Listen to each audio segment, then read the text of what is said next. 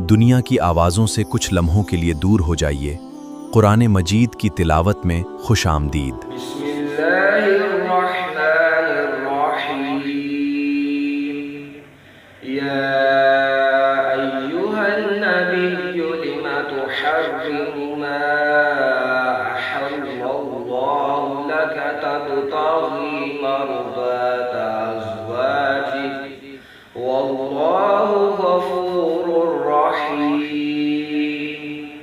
قد فرض الله لكم تحلة أيمانكم والله مولاكم وهو العليم الحكيم.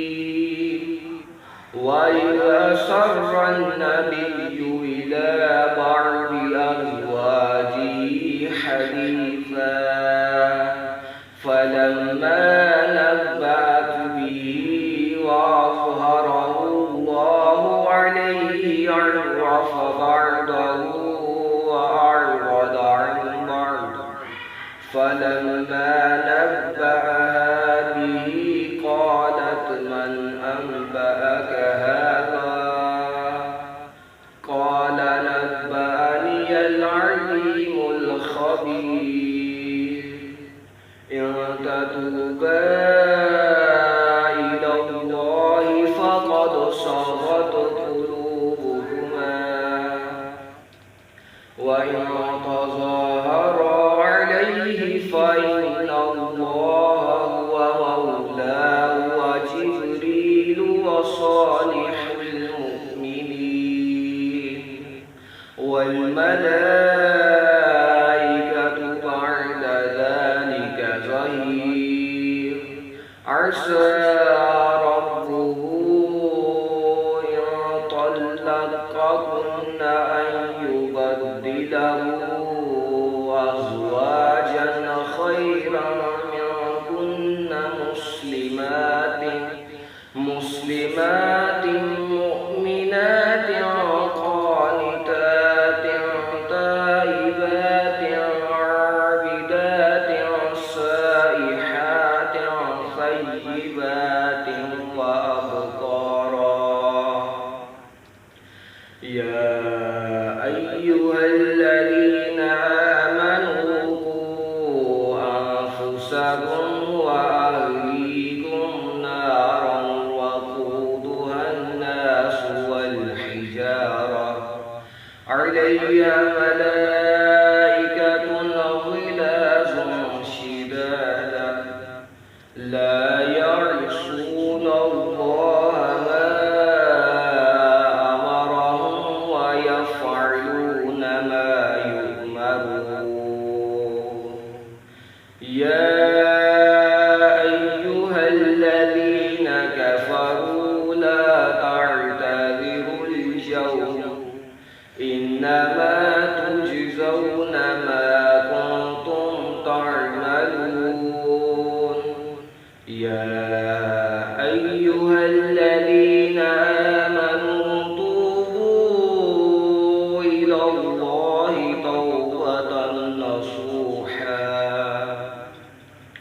عسى ربكم أن يكفر عنكم سيئاتكم ويدخلكم جنات تجري من تحتها الأنهار يوم لا يخزي الله النبي والذين آمنوا معه نورهم يسعى بين أيديهم وبأيمانهم يقولون ربنا أتمم لنا نورنا واغفر لنا إنك على كل شيء قدير. يا أيها النبي جاهد الكفار والمنافقين واغلظ عليهم ومأواهم جهنم وبئس المصير. ضرب الله مثلا مثلا للذين كفروا امرأة نوح وامرأة لوط كانتا تحت عبدين من عبادنا الصالحين فخانتاهما فلم يغنيا عنهما من الله شيئا وقيل ادخلا النار مع الداخلين